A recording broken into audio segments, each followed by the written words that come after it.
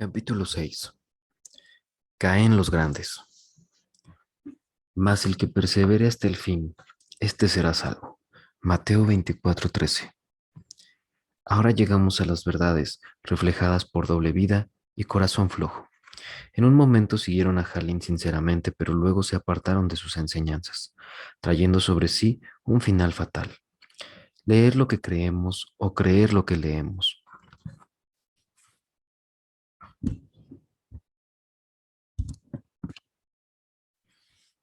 He descubierto que algunas de las verdades de las que trataremos en este capítulo son controvertidas en algunos círculos evangélicos religiosos. Sin embargo, la controversia se elimina con la investigación exhaustiva de las escrituras. Así que antes de empezar a examinar lo que la Biblia revela respecto a doble vida y corazón flojo, quiero pedirle sobre todo que lea con mente y corazón abiertos. Uno de los mayores impedimentos para que la gente llegue a conocer la voluntad de Dios es el hecho de que cuando lee las escrituras, lee lo que cree en lugar de creer lo que lee. Leemos lo que creemos cuando elegimos ver la verdad a través de lentes teñidos. El teñido se debe al conocimiento incorrecto obtenido de otros, enseñado por nuestra denominación o iglesia, o a partir de nuestras nociones preconcebidas de quién es Dios o cuáles son sus caminos. Esto es muy peligroso porque puede llevarnos al engaño. Vemos un ejemplo de esto en el libro de Job. Hace poco tomé mi Biblia y antes de que pudiera abrirla oí que el Espíritu de Dios decía, ve al libro de Job y comienza a leer a partir del capítulo 32. De inmediato busqué este capítulo y vi que era el comienzo del mensaje de Eliú. Después de experimentar la tragedia, la percepción de Job respecto a los caminos de Dios se deterioró rápidamente por el dolor y el infortunio. Ahora veía a Dios a través de su experiencia en lugar de buscar a Dios por su sabiduría. Ver Santiago 1 del 2 al 8. Con el tiempo este razonamiento pasó a ser autojustificación. Los tres amigos de Job que hablaron en los capítulos anteriores se convirtieron en errados teólogos autodidactas buscando interpretar las tragedias de Job. Esto empeoró las cosas todavía más. No encontraban cómo refutar el desviado razonamiento de Job y entonces lo condenaron. Liu, al ser el más joven, esperó mucho para oír la sabiduría de Dios de parte de los tres amigos de Job, pero cuando percibió que los tres ya no tenían más que decir, habló y dijo, mientras hablaban, me propuse esperar y escuchar sus razonamientos. Mientras buscaban las palabras, les presté toda mi atención, pero no han podido probar que Job esté equivocado. Ninguno ha respondido a sus argumentos. No vayan a decirme, hemos hallado la sabiduría que lo refute Dios y no los hombres. Job 32 del 11 al 13. Eliú refutó a todos los hombres, dijo, ¿tendría Dios que recompensarte como tú quieres que lo haga? Job 34:33.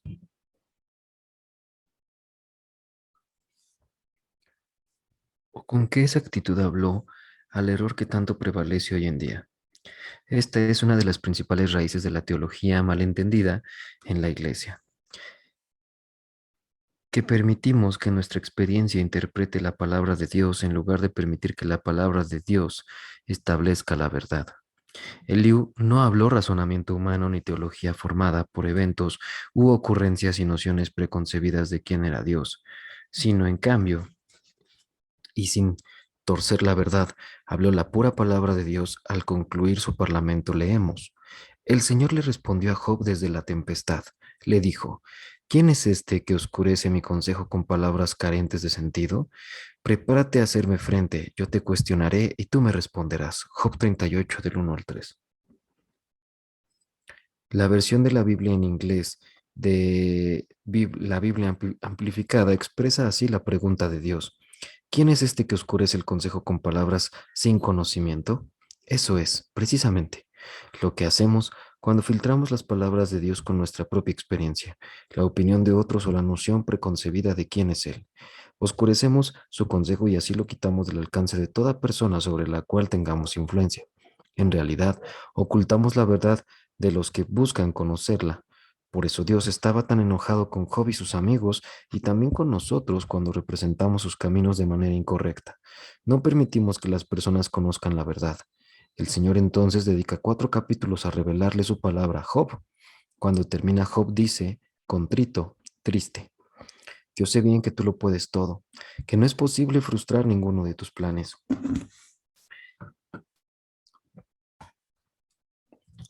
¿Quién es este? Has preguntado, que sin conocimiento oscurece mi consejo. Reconozco que he hablado cosas que no alcanzo a comprender, de cosas demasiado maravillosas que me son desconocidas. Ahora escúchame, que voy a hablar, dijiste, yo te cuestionaré y tú me responderás. De oídas había oído hablar de ti, pero ahora te veo con mis propios ojos. Por tanto, me retracto de lo que he dicho y me arrepiento en polvo y ceniza. Job 42, del 2 al 6.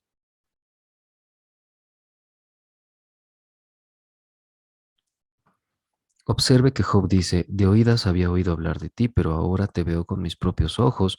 Hay en esto una potente verdad.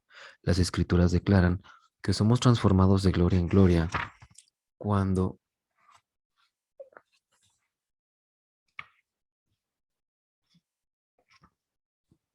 cuando le vemos, en ver 2 Corintios 3:18, no cuando oímos acerca de Él. Él es la palabra viviente de Dios y verle es conocerle y conocer sus caminos. Esto es lo que la verdad revelada le hace a una persona. Oímos la palabra de Dios, pero no habrá cambio hasta tanto sean alumbrados los ojos de nuestro entendimiento. Cuando el entendimiento de la palabra de Dios entra en nuestros corazones, gritamos, veo, veo. Y en ese momento los ojos de nuestro entendimiento son alumbrados y somos transformados hacia su semejanza.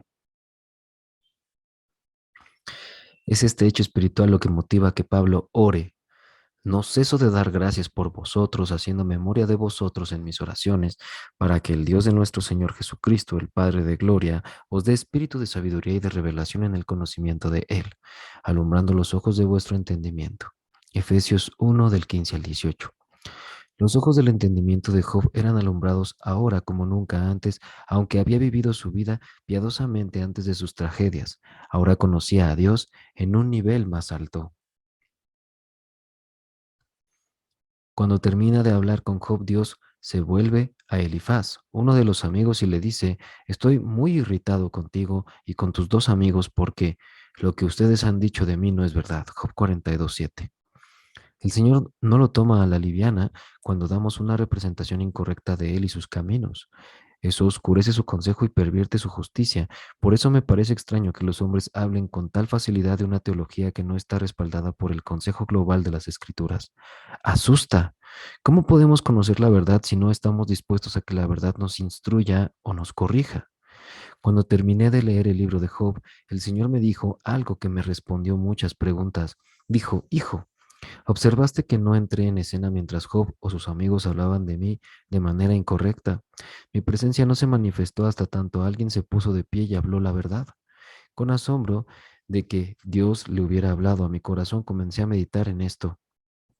Y luego oí que decía, por eso tantas personas, iglesias y religiones no experimentan mi presencia y mi poder transformador de vida, porque no proclaman mi palabra pura, sino sus propias interpretaciones y razonamientos filtrados, tal como Job o sus amigos. Oscurecen mi consejo con sus palabras carentes de sabiduría. Si queremos conocer la realidad de la presencia y el poder de Dios, tenemos que buscar el conocimiento de la verdad, sin filtros.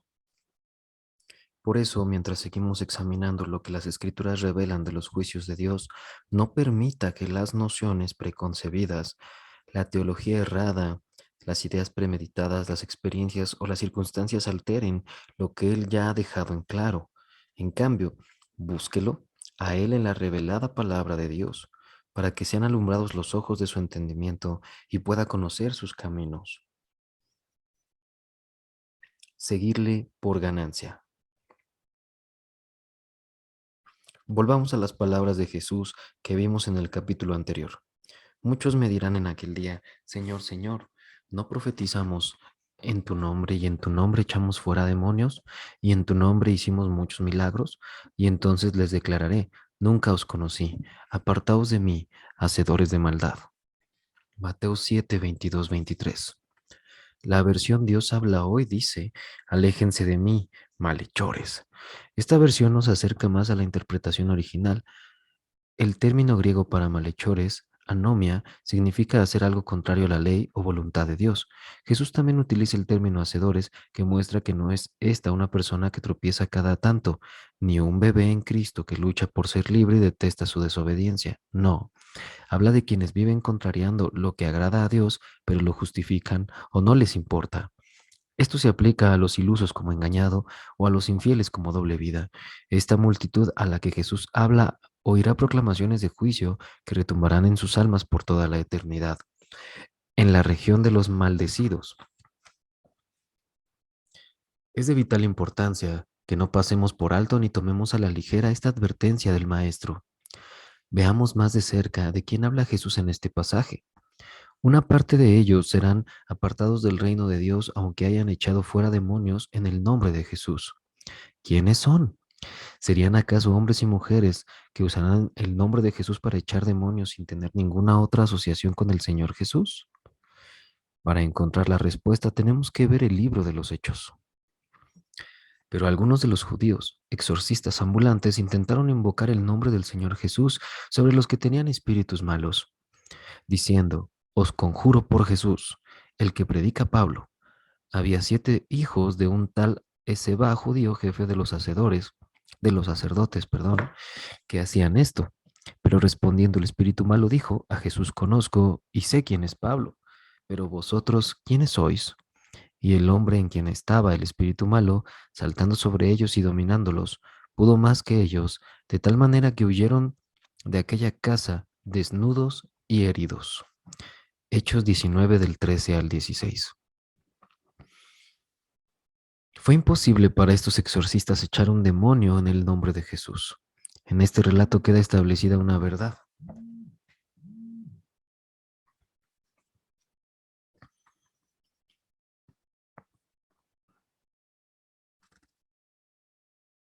Para echar fuera un demonio no basta con que solamente tenga el nombre. Usted debe tener una relación con aquel que porta ese nombre. Usted debe ser un seguidor y siervo de Jesús a diferencia de las personas que analizamos en el capítulo anterior. Ahora quizá usted esté pensando, pero Jesús dijo que no los conocía, así que ¿cómo podían echar demonios y hacer milagros en su nombre?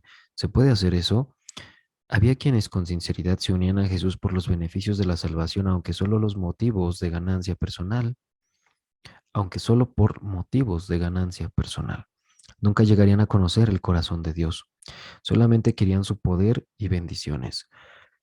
Pablo advierte que son hombres corruptos de entendimiento y privados de la verdad, que toman la piedad como fuente de ganancia. Apártate de tales. Primera de Timoteo 6:5. Buscaban a Jesús por beneficio propio, así que le servían motivados por la ganancia y no motivados por el amor. Jesús no les conocerá porque leemos, pero si alguno ama a Dios es conocido por él. Primera de Corintios 8:3. Es conocido por Dios o Dios le conoce. Esta palabra conocer no significa solamente saber quién es alguien porque Dios lo sabe todo acerca de nosotros. Es omnisciente, más bien tiene una connotación de intimidad. La versión de la Biblia amplificada en inglés dice, si alguien ama a Dios con sinceridad, con reverente afecto, pronta obediencia y agradecido reconocimiento de su bendición, es conocido por Dios, reconocido como digno de su intimidad y amor, y Dios es su dueño. Jesús dice a la multitud en el día del juicio, nunca los conocí, así que los que no aman a Dios, lo cual es evidente porque no le dan su pronta obediencia, reverente afecto y gratitud, no son conocidos íntimamente por el Padre ni por Jesús, aun cuando le hayan buscado para su salvación. Amar a Jesús significa que uno entrega su vida por Él. Usted ya no vivimos, usted ya no vive para sí mismo, sino para Él. Judas es un ejemplo. Se unió a Jesús para amar a Dios por el gran sacrificio que hacía por seguirle. parecía amar a Dios por el sacrificio que hacía al seguirle. Judas lo dejó todo para unirse al equipo del ministerio y andar por los caminos junto al Maestro. Judas siguió con ellos aún bajo el fuego de la persecución y cuando otros se habían ido. Juan 6:66. Él no se fue. Echaba fuera demonios, sanaba enfermos y predicaba el Evangelio. Lucas 9:1. Sin embargo, las intenciones de Judas no eran las correctas desde un principio. Nunca se arrepintió de sus motivos egoístas. Su carácter se reveló en declaraciones como: ¿qué estáis dispuestos a darme para qué? Mateo 26:15. Mintió y fue halagueño para sacar ventaja. Mateo 26:25. Tomó dinero del resto del tesoro del ministerio de Jesús para uso personal. Juan 12 del 4 al 6 y otras cosas más. Nunca conoció íntimamente al Señor, aunque pasó 3 años y medio en su presencia como discípulo. Por eso Jesús dijo de él: no os he conocido, no os he escogido yo a vosotros los 12 y uno de vosotros es diablo. Hablaba de Judas Iscariote, hijo de Simón. Juan 6:70-71. Hay quienes son parecidos a Judas y hacen grandes sacrificios por el ministerio y hasta echan fuera demonios, sanan a los enfermos, predican el Evangelio y confían en Él para su salvación, pero jamás han conocido íntimamente a Jesús porque todo esto lo hicieron motivados por el propio interés y no por amor a Dios. Esto describiría perfectamente a doble vida en nuestra alegoría. Seguía a Jalín porque amaba la influencia y el poder que esto le daba. Sus motivos desde el principio no fueron los del amor por Jalín. Para esto, para estos se reserva la más grande condenación. Jesús dice de Judas: bueno le fuera a ese hombre no haber nacido. Mateo 26:24. Dice a los líderes religiosos que sirven a Dios motivados por su amor a las ganancias y que se aprovechan de las personas en nombre del Señor. Por esto recibiréis mayor condenación. Mateo 23:14. Estos hombres y mujeres, igual que doble vida, se encontrarán en los lugares más oscuros y atormentadores del infierno. Renunciar a la salvación. Lo anterior describe perfectamente a doble vida en nuestra alegoría, pero ¿qué hay de corazón flojo? Ella tenía una verdadera relación con Jalín, pero no soportó hasta el final. ¿Nos revelan esto las Escrituras? Comencemos con el profeta Ezequiel. Mas, si el justo se apartare de su justicia y cometiere maldad, e hiciere conforme a todas las abominaciones que el impío hizo, ¿vivirá él? Ninguna de las justicias que hizo le serán tenidas en cuenta. Por su rebelión con que prevaricó y por el pecado que cometió, por ello morirá. Ezequiel 18:24. Primero y principal, Dios aquí está hablando al hombre recto y no a uno que pensaba ser recto sin serlo. No hay duda de que esta persona no es igual al engañado o al impostor de quienes hablamos antes.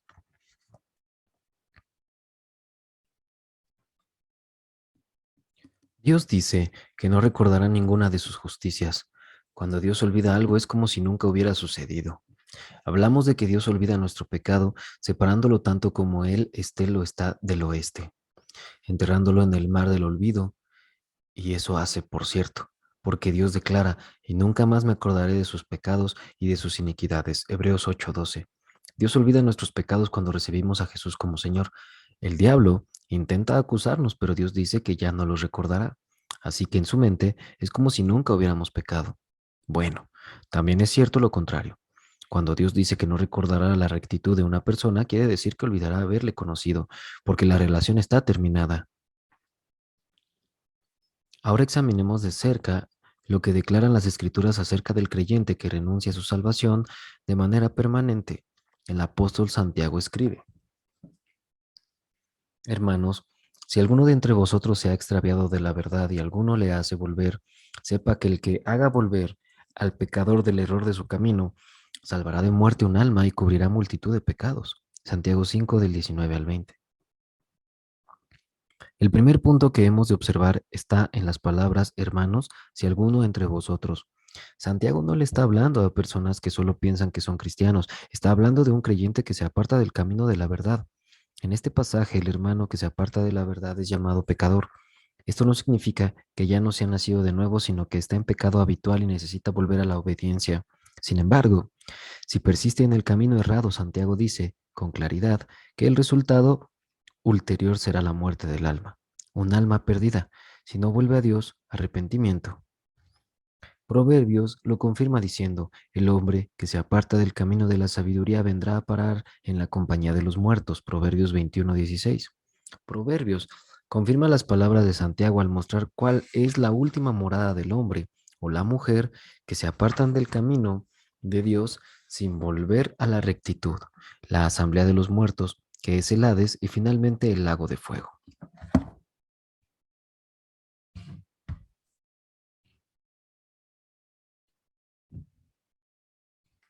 El libro de la vida. El libro de la vida se menciona 8 veces en el Nuevo Testamento. Pablo y Juan nos muestran que todo el que pasará la eternidad con Jesús está registrado en ese libro. Nuestros nombres se escriben allí en el momento en que nacemos de nuevo. Recuerde el testimonio de Efrosini en el capítulo 4, cuando esta joven griega entregó su vida a Jesús. Dios Padre escribió su nombre en el libro de la vida y le dijo en la visión, bienvenida a la familia. Pablo escribe a un hermano creyente, asimismo te ruego también a ti, compañero fiel, que ayudes a, a estas que combatieron juntamente conmigo en el Evangelio, con Clemente también y los demás colaboradores míos, cuyos nombres están en el libro de la vida. Filipenses 4:3.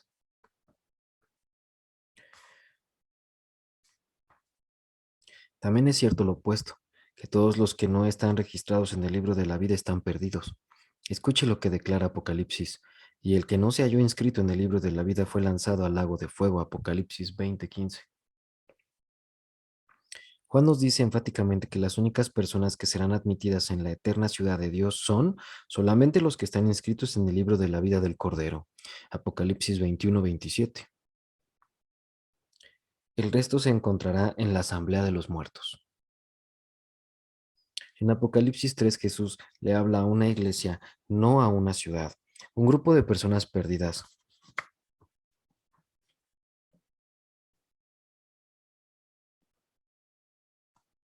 Ni a adoradores de dioses falsos. No les habló a los que eran de verdad suyos y advierte. No, les habló a los que eran de verdad suyos y advierte.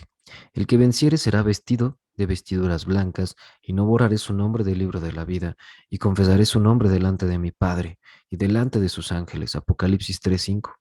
La versión en inglés de la Biblia amplificada registra estas palabras. Yo no borraré o tacharé su nombre del libro de la vida. ¿Ha notado la palabra borraré? La única forma en que puede borrarse el nombre de alguien del libro de la vida es si originalmente estuvo allí. Solamente los que realmente habían nacido de nuevo por fe en Jesucristo están registrados en el libro de la vida. Los incrédulos y los engañados que nunca anduvieron con Jesús jamás fueron registrados en este libro. Así que sus nombres no pueden borrarse. Está hablando a los que son de su familia.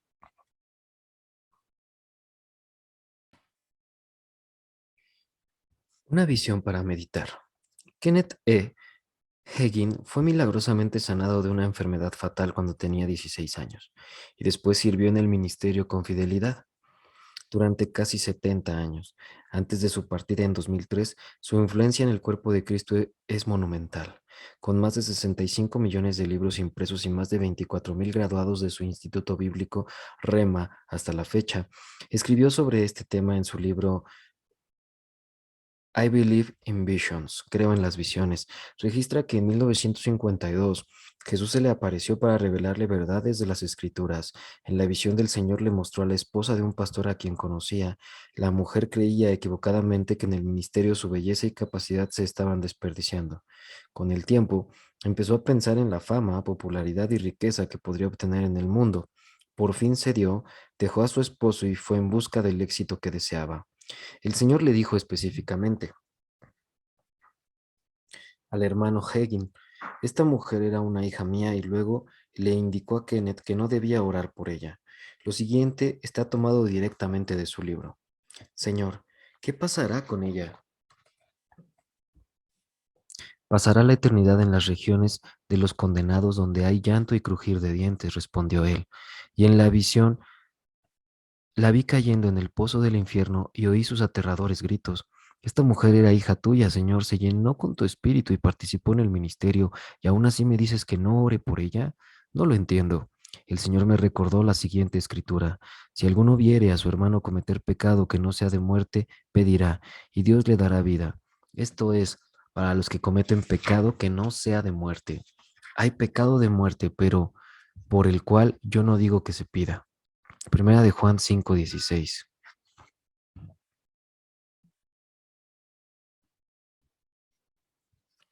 Pero Señor, siempre creí que el pecado al que se refiere esta escritura es la muerte física y que la persona es salva aunque haya pecado. Pero esa escritura no habla de la muerte física, me señaló el Señor. Estás agregando algo. Si lees todo el capítulo 5 de Primera de Juan, verás que habla de la vida y la muerte, la vida espiritual y la muerte espiritual. Y esto es muerte espiritual. Esto se refiere a un creyente que puede cometer un pecado de muerte y por consiguiente digo que no has de orar por eso. Te dije que no orarás por esta mujer porque ha cometido un pecado de muerte. Esto realmente trastorna mi teología, Señor, mi forma de pensar. ¿Podrías explicarme más? Pregunté. A veces necesitamos que nuestra forma de pensar sea trastornada si no está alineada con la palabra. Jesús me recordó la siguiente escritura, Hebreos 6 del 4 al 6.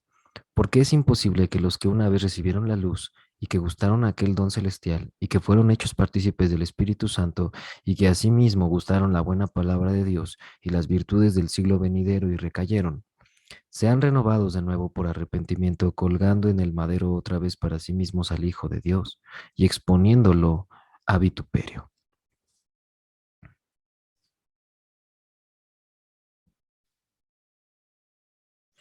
Hay ciertos requisitos enumerados en este pasaje que debemos notar ante todo. La persona debe haber sido iluminada y haber gustado del don celestial. Esto se aplicaría a quienes han recibido a Jesús, quien es el don celestial. En segundo lugar, fue llenado con el Espíritu Santo. Tercero, ha gustado la buena palabra de Dios y los poderes del mundo por venir. Esto incluiría los dones del Espíritu, la unción de Dios, etcétera. De esta lista podemos ver que no incluye a los cristianos bebés, sino a los creyentes maduros. Varias veces se me ha acercado gente llorando y diciendo que en algún momento le han dicho al Señor que ya no querían servirle. Más tarde sintieron gran remordimiento y se arrepintieron. Tuvieron mucho miedo al encontrar este pasaje y otros más en sus Biblias. Sin embargo, los infantes a veces hacen cosas estúpidas por ignorancia, y el Señor lo sabe. El escritor de Hebreos no habla de un bebé en Cristo, sino de un cristiano maduro. Para seguir ministrando consuelo a estas atribuladas almas, les digo que si hubieran cometido pecado de muerte, como dice la escritura de arriba, no tendrían deseos de volver a la dulce comunión con Jesús. El hecho de que sientan hambre de Jesús y se arrepientan, acompañado por buen fruto, significa que el Espíritu Santo los atrajo de nuevo hacia esta comunión. No habría deseo de intimidad con Jesús o de vivir una vida de santidad si se apartaran de Él permanentemente, como sucedió con esta mujer en la visión del hermano Hagin. Jesús dijo que esta mujer era hija de Dios. De niño, el hermano Hagin había sido criado en una denominación en la que muchos no creen que alguien pueda apartarse de su salvación. Creen en una seguridad eterna incondicional. Por eso él dijo, esto realmente trastorna mi forma de pensar. Como hija de Dios, su nombre estaba escrito en el libro de la vida. No soportó, sino que regresó al mundo permanentemente y por eso su nombre fue borrado.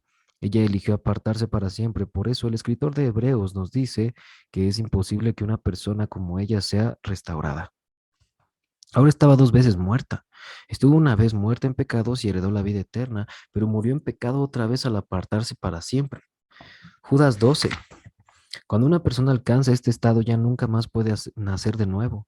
Por eso el escritor de Hebreos dice que es imposible que sean otra vez renovados al arrepentimiento. Así que es completamente erróneo pensar que puede haber situaciones en que las personas nazcan de nuevo una y otra vez.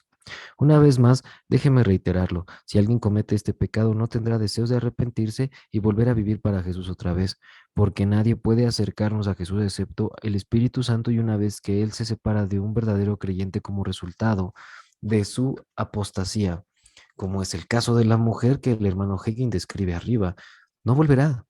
Por eso el Espíritu Santo es paciente, no renunciará fácilmente. La negrura de las tinieblas. El apóstol Pedro nos brinda más luz todavía. Ciertamente, si habiéndose ellos escapado de las contaminaciones del mundo por el conocimiento del Señor y Salvador Jesucristo, segunda de Pedro 2:20. Ante todo, examinemos los destinatarios de Pedro. Si alguien ha escapado de las contaminaciones del mundo a través del conocimiento del Señor y Salvador Jesucristo, sin duda, esto le hará cristiano. No caerá bajo la categoría de impostores tratada en el capítulo anterior, los que profesan conocer a Dios pero en realidad no lo conocen, sino quienes han escapado verdaderamente de la corrupción de este mundo por medio de la gracia salvadora del Señor Jesús. No hay duda de que está hablándoles a personas que realmente han nacido de nuevo. Continuemos leyendo. Enredándose otra vez en ellas son vencidos, su postrer estado viene a ser peor que el primero, porque mejor les hubiera sido no haber conocido el camino de la justicia que después de haberlo conocido, volverse atrás del santo mandamiento que les fue dado. Pero les ha acontecido lo del verdadero proverbio. El perro vuelve a su vómito y la puerca lavada a revolcarse en el cieno. Segunda de Pedro 2 del 20 al 22. Pedro está tratando de cristianos que volvieron a los caminos del mundo, pero observemos que añade que fueron vencidos por sus contaminaciones. Ser vencidos significa que no vuelven, que jamás se arrepintieron de su desobediencia voluntaria. Pedro establece que mejor les habría sido que jamás hubiesen conocido el camino de la justicia, en lugar de haberlo conocido y luego apartarse del camino del Señor. En otras palabras, Dios está diciendo que es mejor no haber sido nunca salvo que recibir el don de la vida eterna y luego apartarse de él para siempre. Esto está vinculado con lo que dice Ezequiel. Ninguna de las justicias que hizo les serán tenidas en cuenta. ¿Por qué habría sido mejor que nunca hubieran conocido el camino de la justicia? Judas responde a esto. Como Pedro, él también habla a quienes se apartan de su salvación y declara, ay de ellos, porque han seguido el camino de Caín y se lanzaron por lucro en el error de Balaam, y perecieron en la contradicción de Coré, Judas 1:11. Caín, Balaam y Coré en un momento tenían relación con el Señor y dos de ellos fueron ministros. El error de Caín fue desobedecer a Dios. Balaam cometió el error de amar el dinero y en Coré su error fue la rebeldía ante la autoridad delegada. Judas continúa diciendo, estos individuos son un peligro oculto. Sin ningún respeto, convierten en parrandas las fiestas de amor fraternal que ustedes celebran. Buscan solo su propio provecho. Son nubes sin agua llevadas por el viento. Son árboles que no dan fruto cuando deberían darlo. Están doblemente muertos, arrancados de raíz. Son violentas olas del mar que arrojan la espuma de sus actos vergonzosos. Son estrellas fugaces para quienes están reservada eternamente en la más densa oscuridad. Judas 1, 12, 13. Las fiestas de amor fraternal eran cenas que se realizaban en la iglesia primitiva, durante las cuales los miembros se reunían como expresión de su cercana relación con Dios y con los hermanos. Por lo general, terminaban con el sacramento de la Santa Comunión. Ahora aprendemos un hecho más eleccionador. No todos los que se apartan de la salvación se alejarán de la iglesia organizada, como lo hizo la mujer de la visión del hermano Hagin. Esto los convierte en muy peligrosos porque su influencia sobre los bebés débiles, en conciencia y heridos puede ser fatal. Coré sería un ejemplo de este tipo de persona. Era un ministro asociado de Aarón, pero le dijo a Moisés y Aarón, ustedes han ido ya demasiado lejos. Si toda la comunidad es santa, lo mismo que sus miembros, ¿por qué se creen ustedes los dueños de la comunidad del Señor? Números 16:3. Su influencia causó juicio de muerte sobre 250 líderes y 14.700 miembros de la congregación. Judas dice que estos apóstatas, a los que llama manchas, siguen en nuestras congregaciones con un falso sentido de seguridad en la gracia en que una vez anduvieron, pero que han pervertido al vivir para su propio beneficio, y habiendo perdido el temor de Dios. Observe que Coré dijo que Dios estaba con todos los miembros de la comunidad. Él también tenía un falso sentido de seguridad, porque al día siguiente la tierra se abrió y lo tragó vivo hacia el infierno. En consecuencia, estos apóstatas seguirán hablando el lenguaje del cristiano y se reunirán con otros creyentes, pero no les encontraremos entre los vencedores por los que volverá Jesús. Él viene por una iglesia sin mancha. Efesios 5:27. Judas señala que estas personas están dos veces muertas. ¿Cómo puede uno morir dos veces? ¿Será que habiendo estado muertos en pecados antes y habiendo recibido la vida eterna a través de un nuevo nacimiento, han muerto trágicamente otra vez a causa del pecado persistente y sin arrepentimiento? Recordemos que Santiago dijo de los cristianos que se apartan de la verdad y permanecen en ese estado, que sus almas morirán. Juan dice que hay pecado de muerte para los creyentes. Ambos se refieren a quien está 2 veces muerto. Observemos que Judas declara, para quienes está reservada eternamente la más densa oscuridad significa el peor castigo eterno. Esto se ve con claridad en las palabras de Jesús cuando habla de su venida y juicio. Dice, bienaventurados aquellos siervos a los cuales su Señor cuando venga halle velando.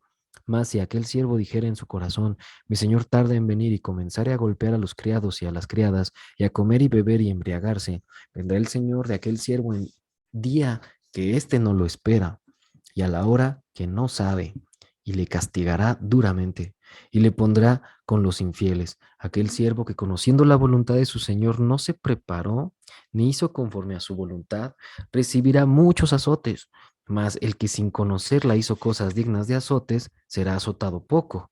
Lucas 12:37 y del 45 al 48. Hay tanto en estos versículos. Permítame señalar unas pocas cosas. Ante todo, que este es un siervo, no un pagano ni un pecador. Él conocía la voluntad de su amo, pero hizo lo contrario. Esto no se aplicaría a independiente, quien caería en la categoría de los que no conocían y recibiría pocos azotes. Tampoco se aplica a engañado, porque engañado pensaba que era siervo, pero según Jalín, nunca lo fue de veras. Esta persona a la que Jesús se refiere es llamado siervo por el amo, su señor, y comprendía acabadamente la voluntad de su amo. Él es el que se apartó de su salvación. Observemos que golpea a sus compañeros siervos. Esto habla de un estilo de vida que se aprovecha de otros en beneficio propio o por placer. Él ahora vive para el día. Come, bebe, se emborracha y vive para servirse a sí mismo. Recordemos que Judas dice que estos apóstatas festejan con los demás creyentes sin temer a Dios y sirviéndose solamente a sí mismos. Todas sus decisiones, aunque parezcan nobles, son para provecho propio. En cuanto al juicio de este siervo, observemos que se le asignó o envió allí donde había incrédulos, los no salvos, y que los no creyentes recibieron solo pocos azotes. En tanto el siervo que conocía la voluntad de su amo recibía muchos azotes, esto muestra que recibirá la más grande condenación del lago de fuego o la negrura de las tinieblas para siempre. Amarga falta de perdón. Esto se aplicaría, por cierto, a Corazón Flojo, junto a Doble Vida. Corazón Flojo sabía que la voluntad de Jalín era la de perdonar, pero se negó a hacerlo. Eligió aferrarse a la ofensa de difamación. Su amargura abrió las puertas a la corrupción de su corazón y por eso leemos, mirad bien, no sea que alguno deje de alcanzar la gracia de Dios, que brotando alguna raíz de amargura os estorbe y por ella muchos sean contaminados. Hebreos 12:15. A través de la búsqueda de escrituras del Nuevo Testamento y de los años de experiencia en el ministerio, he aprendido que la trampa más grande para arrancar a la gente de su caminar con Dios es la falta de perdón. Como a corazón flojo, la falta de perdón abre la puerta a todo tipo de otras creencias y conductas erradas. En Mateo 18, Jesús cuenta la parábola de un gran rey ante quien los súbditos rinden cuentas. Le presentan a un hombre que le debía 10,000 talentos. El talento no era una moneda, sino una medida de peso, utilizada para medir el oro, segunda de Samuel 12:39. La plata, primera de Reyes 20:39, y otros metales y mercancías. En esta parábola representa una deuda, así que podemos suponer que Jesús se refería a una unidad de intercambio como el oro o la plata, digamos que fuera oro. El talento común equivalía a unas 75 libras, 35 kilos. Era el peso que un hombre podía cargar, segunda de Reyes 5:23. 10,000 talentos entonces equivaldrían aproximadamente a 750,000 libras, 350,000 kilos o 350 toneladas. Así que este siervo le debía al rey 350 toneladas de oro. Hoy, mientras escribo este libro, el precio del oro es de unos 420 dólares por onza. 28 gramos. Así que hagamos cuentas. En el mercado de hoy, 10,000 talentos de oro serían unos 5 billones de dólares. Tanto le debía el siervo al rey. Lo que Jesús destaca aquí es que este hombre tenía una deuda tan abrumadora que nunca podría pagarla. El rey mandó que él y su familia fueran vendidos y que se aplicara ese dinero al pago de la deuda. El hombre cayó a los pies del rey y le rogó misericordia, que el rey otorgó.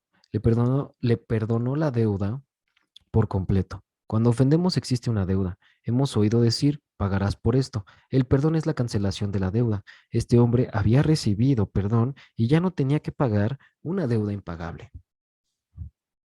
Podemos ver en la alegoría que el rey representa a Dios, Padre, y que el hombre perdonado representa a alguien que ha recibido su perdón a través de Jesucristo. Sin embargo, leemos, pero saliendo aquel siervo, halló a uno de sus consiervos que le debía 100 denarios y haciendo de él le ahogaba diciendo, págame lo que me debes. Mateo 18:28. El denario representa el salario correspondiente a un día de trabajo. Digamos que fueran $75 en moneda actual. Así que el total serían unos $7,500. Puedes, puede ver usted que no era una deuda pequeña. Sigamos leyendo. Entonces su consiervo, postrándose a sus pies, le rogaba diciendo, ten paciencia conmigo y yo te lo pagaré todo. Y yo te lo pagaré todo. Mas él no quiso, sino fue y le echó en la cárcel hasta que pagase la deuda. Mateo 18:29-30.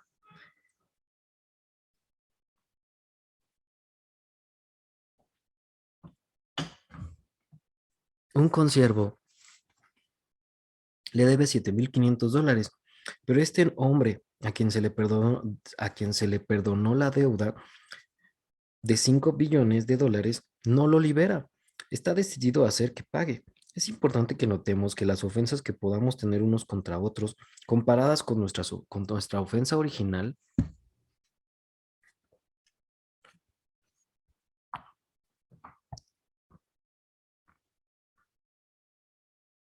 contra Dios se puede comparar con la deuda de $7,500 contra la de $5 billones. No importa cuán mal hayamos sido tratados por otros, jamás podremos comprarlo con nuestras transgresiones contra Dios. Quizá usted sienta compararlo, perdón, jamás podremos compararlo con nuestras transgresiones contra Dios. Quizá usted sienta que nadie sufre más, que a nadie han ofendido más, pero no toma conciencia de lo mal que fue tratado Jesús. Él era inocente, un cordero sin mancha que fue matado y que cargó con nuestra deuda de $5 billones. La persona que no puede perdonar ha olvidado lo grande que era la deuda que se le perdonó. Cuando vemos la terrible muerte y eterno tormento del que Jesús nos liberó, no podemos ser tardos en perdonar a los demás. No hay nada peor que la eternidad en un lago de fuego. No hay alivio. El gusano no muere y el fuego no se apaga. Ese era nuestro destino hasta que Dios nos perdonó por medio de la muerte de su Hijo Jesucristo. Si una persona no puede perdonar, es porque no toma conciencia de la realidad del infierno y no ha comprendido el amor de Dios. Sigamos con la parábola. Viendo sus consiervos lo que pasaba, se entristecieron mucho y fueron y refirieron a su señor todo lo que había pasado. Entonces, llamándole su señor, le dijo, siervo malvado, toda aquella deuda te perdoné porque me rogaste. ¿No debías tú también tener misericordia de tu consiervo como yo tuve misericordia de ti? Mateo 18:31-33. Quiero destacar que Jesús no se refiere a los no creyentes en esta parábola. Habla de los siervos del rey o de los creyentes nacidos de nuevo. Este hombre había recibido perdón por su gran deuda, la salvación, y se le llamó siervo del Señor, pero no pudo perdonar a su consiervo, así que podemos llegar a la conclusión de que su destino será el de un creyente que se niega a perdonar. Aquí encuentro algo asombroso. En todas las demás parábolas de los evangelios, la gente tenía que preguntar sobre el significado, pero aquí Jesús da la interpretación de esta parábola sin que se lo pidan. Creo que es porque lo que él comunicaba estaba tan lejos de la norma que tenía que asegurarse de que lo entendieran. Aquí está su interpretación. Entonces su señor, enojado, le entregó a a los verdugos hasta que pagase todo lo que debía. Así también mi Padre Celestial hará con vosotros si no perdonáis de todo corazón cada uno a sus hermanos sus ofensas. Mateo 18:34-35. Hay tres puntos principales de estos dos versículos que yo quisiera destacar. Primero, el siervo que no quiso perdonar es entregado para que lo torturen. En segundo lugar, ahora tiene que pagar la deuda original, las 350 toneladas de oro. Y en tercer lugar, esto es lo que Dios Padre le hará a cualquier creyente que no perdone la ofensa de su hermano.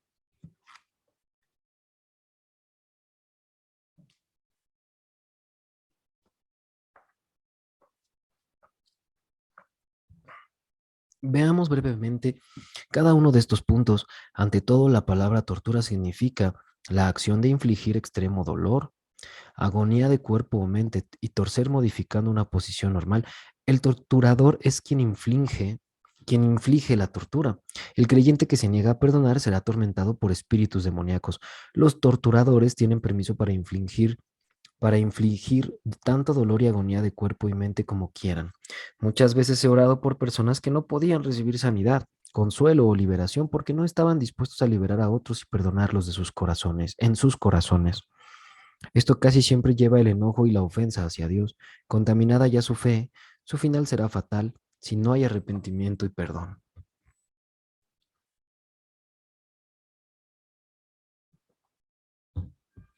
En segundo lugar, este siervo que no perdona ahora tiene que pagar esa deuda original impagable.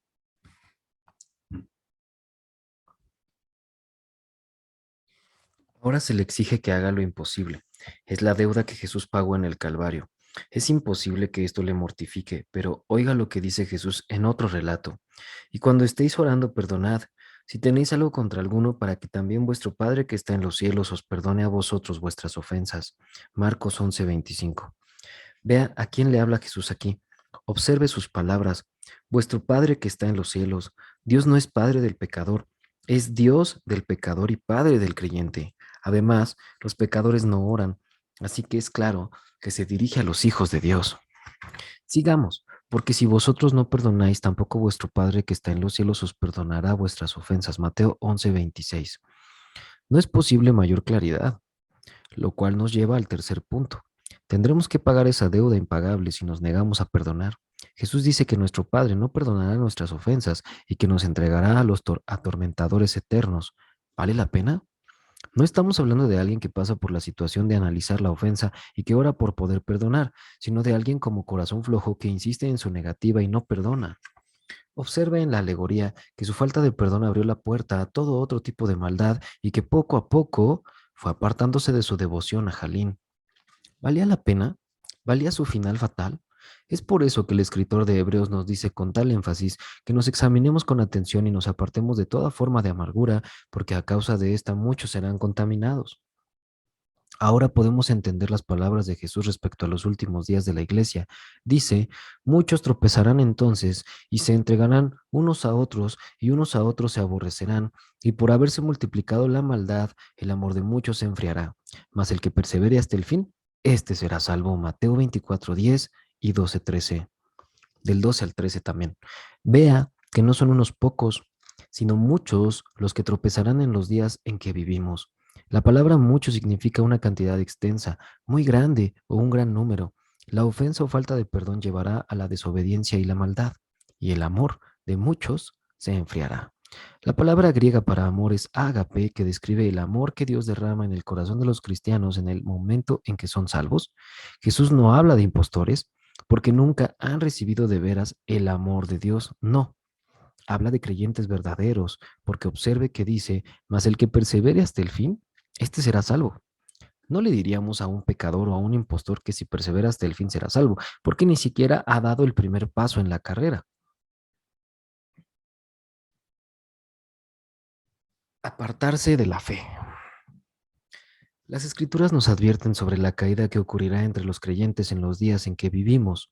Pablo dice, no permitan que nadie los engañe. Ese día no llegará hasta que los enemigos de Dios se rebelen contra él. Segunda de Tesalonicenses 2:3.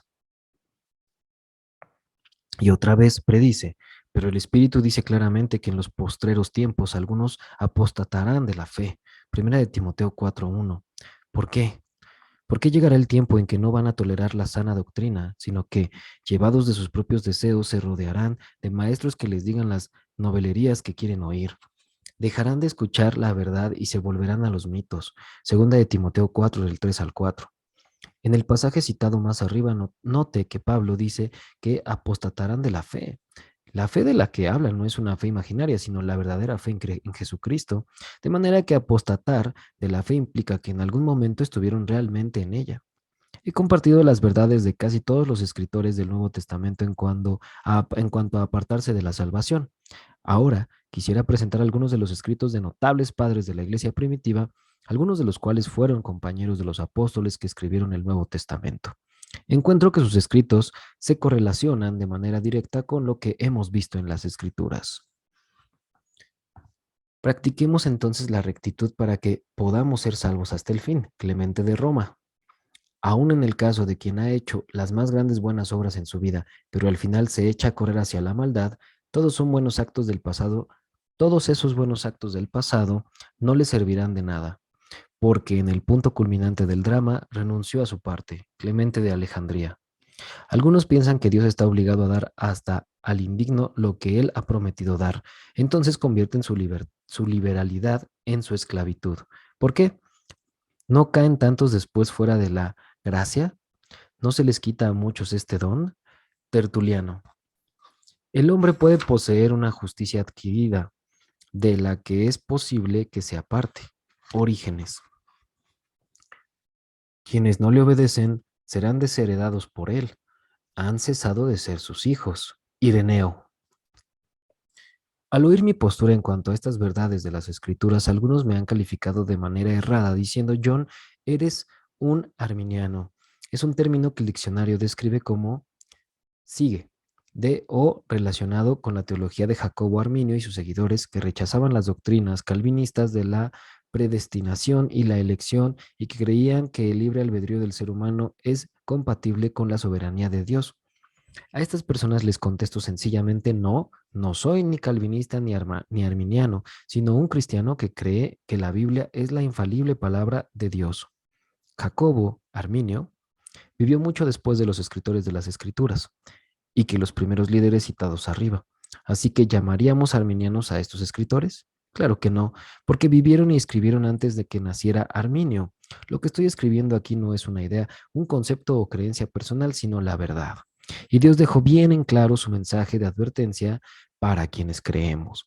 Hemos de ser cuidadosos de no dejarnos llevar por las escuelas de pensamiento, sino mantenernos abiertos al contexto de las escrituras inspiradas por Espíritu Santo, porque toda escritura está inspirada por Dios y es útil para enseñar y reprender, para corregir y educar en una vida de rectitud, para que el hombre de Dios esté capacitado y completamente preparado para hacer toda clase de bien. Segunda de Timoteo 3, 16, 17. Es interesante observar que quienes eran falsos líderes, a quienes Jesús reprendió con severidad, eran los que se congregaban en torno a las escuelas de pensamiento y enseñaban estas cosas. Sin embargo, si vemos lo que se decía de Juan el Bautista, de Jesús y de otros que hablaban la verdad, se informa rápidamente que les enseñaba como quien tenía autoridad y no como los maestros de la ley. Mateo 7:26. Por eso Pablo instruye a Tito: esto es lo que debes enseñar, exhorta y reprende con toda autoridad. Tito 2:15. Y a Timoteo le escribe: te encargué que permanecieras en Éfeso y les ordenaras a algunos supuestos maestros que dejen de enseñar doctrinas falsas.